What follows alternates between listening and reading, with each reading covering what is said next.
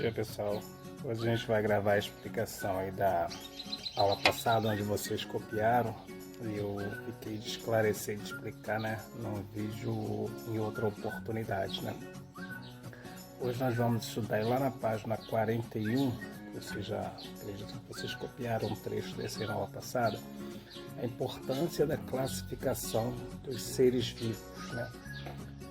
Por que é importante classificar os seres vivos, né? Para poder, né, diversificar a biodiversidade do planeta.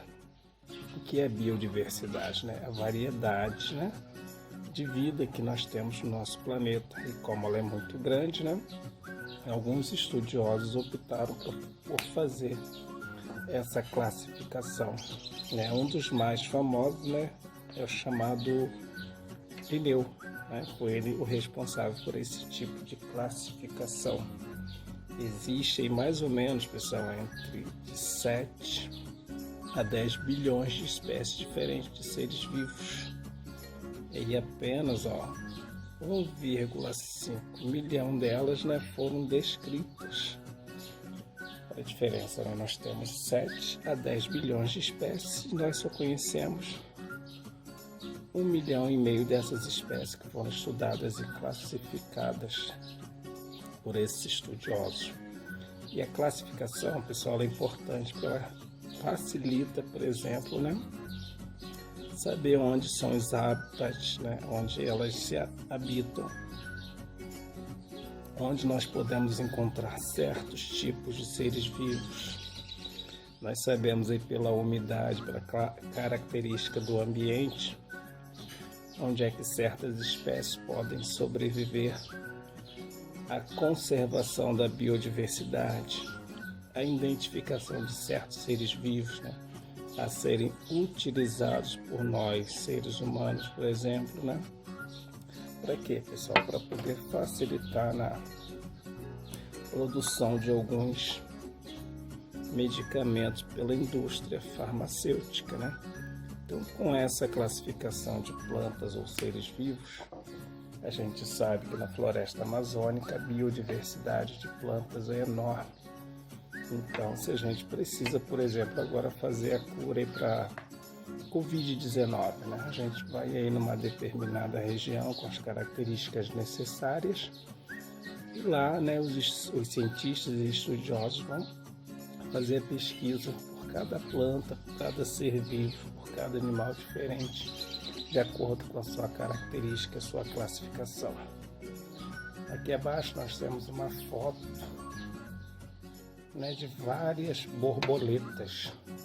O coletivo de borboleta, pessoal, é o Paná, né, a linha de português, não é isso?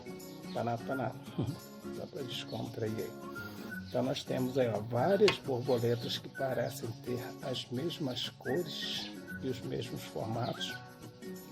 Mas se olharmos com atenção, pessoal, cada uma tem uma característica diferente.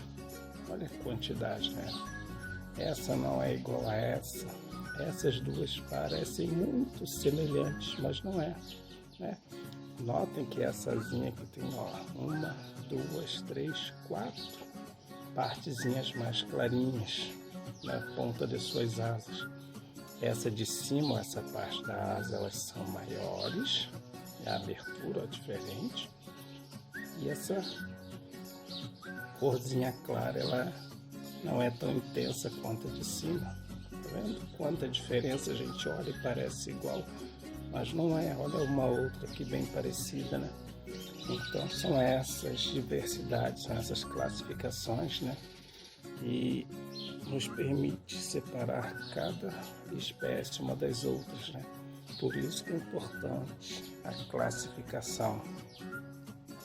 E aqui nós temos, ao lado aqui, a classificação dos elementos da natureza é parte do trabalho científico, né? São cientistas que fazem esse trabalho.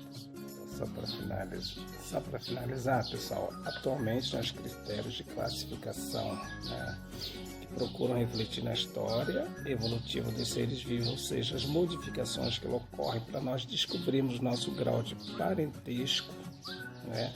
Segundo as características que foram descobertas entre eles, a gente precisa dessa classificação para a gente poder saber a existência do nosso ancestral comum. Então, a classificação vai definir a relevância das semelhanças entre elas, e a gente vai ver se essas características podem ser compartilhadas ou não. Alguns critérios, né, os principais deles, são adotados pelos pesquisadores, né, para estudar a relação entre os seres vivos morfologicamente. Olha essas imagens, pessoal. Aqui nós temos, né, esse ser vivo aqui na figura B com o crânio, coluna vertebral dele, né, e o corpo bem envergado. E aqui nós temos uma coluna vertebral, um animal vertebrado totalmente diferente, figura A da figura B, né? São características diferentes. Olha um pouco mais abaixo, pessoal, os mamíferos. Nós temos aí na figura A uma porca com seus porquinhos, né? Um animal doméstico. E na figura B, lá na ilha de Galápagos, nós temos um lobo marinho com filhotes também, né, sendo amamentado. São mamíferos com características diferentes e diferentes locais, né, onde eles habitam com habitats diferentes. E a história da classificação, pessoal? Como é que a gente vai entender a história da classificação desses seres vivos segundo a ótica de alguns cientistas, né? Uma das primeiras tentativas de registrar essa classificação, pessoal, foi pelo filósofo grego, né? Olha, lá na Grécia. Chamava-se Aristóteles, né? Ele já tentou fazer essa classificação lá no passado e estudou principalmente os animais e classificou-os como grandes grupos, como sangue ou sem sangue, né? Então era o início da classificação. Isso, pessoal, AC, antes de Cristo, né? Essas classificações, né, foi antes de Cristo. Então, os discípulos de Aristóteles já estudavam essas classificações, né, bem no passado remoto. E aqui, para a gente entender, ó, a classificação biológica de Aristóteles era como eles classificavam os seres vivos. Aqui nós tínhamos os animais com sangue e sem sangue. Como que era o sangue? A baleia, lagarto, pardal, lambari. Sem sangue, corpo duro como abelha, né? Classe dos insetos. O corpo era maleável, pessoal, né? Tipo os moluscos, né? Com carapaça, caranguejo, caracol, etc. e tal, marisco, né?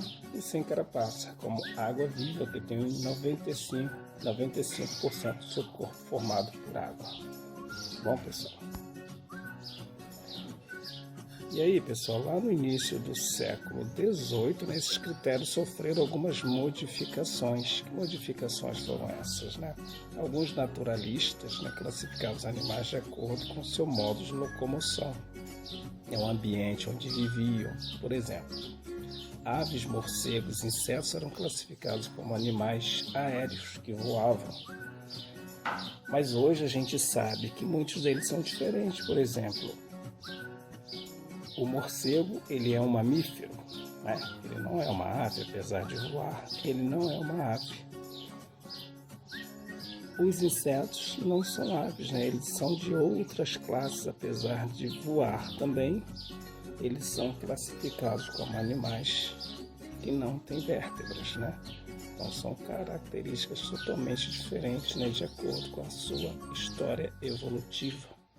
E essas espécies podem ser consideradas como artificiais ou não, tá?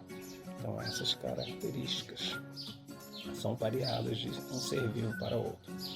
A classificação usada pela ciência atualmente, pessoal, né, mais conhecida, é considerada como natural, isto é, agrupa os seres vivos de acordo com as relações de parentesco, né, evolutivo entre eles.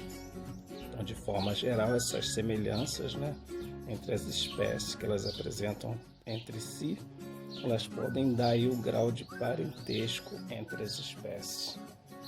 Só para Para complementar o que a gente falou, pessoal, aí na página 43, ó. Página 43, nós temos aqui a imagem de um morcego e de uma águia. São animais, ó, aqui do lado, aqui, ó. Classificação científica: morcego é uma espécie Philostomos, né? Escolos, são nomes diferentes. Isso aqui, pessoal, perdão, não é uma águia, é um gavião. A espécie dele está aqui descrita, né? Embora a presença de asas e a capacidade de voar, esses dois animais são classificados como diferentes. O morcego tem um grau de parentesco evolutivo maior, né? Com outros mamíferos, e por isso atualmente ele é classificado como mamífero. Já o gavião, pessoal, ele entra no grupo das aves. Beleza, pessoal? Então essa foi a explicação que eu fiquei devendo para vocês aí, tá ok?